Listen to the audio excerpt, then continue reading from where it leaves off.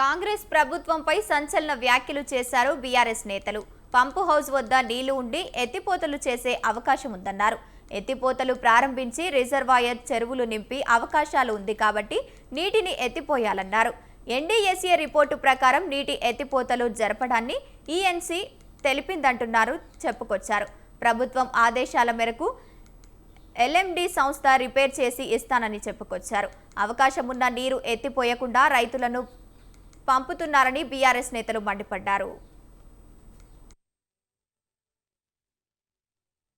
ఒకటే డిమాండ్ చేస్తా ఉన్నాం, కన్నెపల్లి పంప్ హౌస్ ను ఆన్ చేయడానికి మీకు వచ్చిన ఇబ్బంది ఏంది?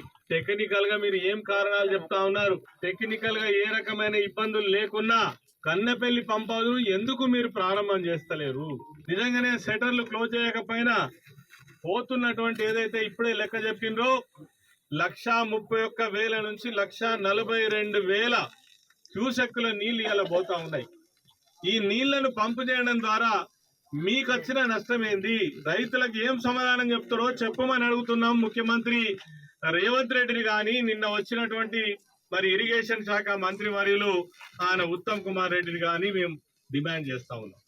ఎందుకు పంపులు ఆన్ చేస్తలేరు? ఇయ్యాలటి పరిస్థితి చూసినట్టయితే ఎస్ఆర్ఎస్పిలో నిజంగా కూడా 80 టీఎంసీల నీళ్లు ఉండాల్సింది 36-37 టీఎంసీల నీళ్లు ఉన్నాయి. అదేవిధంగా కడెం ప్రాజెక్ట్ లో 7 టీఎంసీలు ఉండాల్సింది 3 టీఎంసీల నీళ్లు ఉన్నాయి. మిడ్ మానేర్ లో 27 టీఎంసీల నీళ్లు ఉండాల్సింది 7 టీఎంసీల నీళ్లు ఉన్నాయి. ఎల్ఎండి కరీంనగర్ లో 24 టీఎంసీల నీళ్లు ఉండాల్సింది ఇలా 6 టీఎంసీల నీళ్లున్నాయి.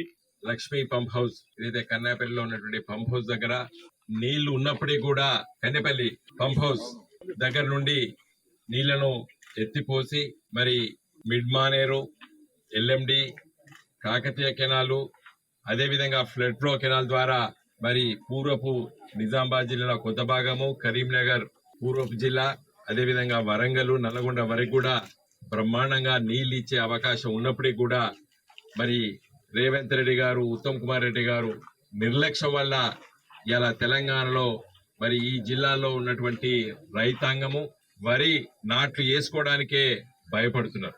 వరి నాట్లు వేయాలంటే నారు ఇప్పటికే ముదిరిపోయింది.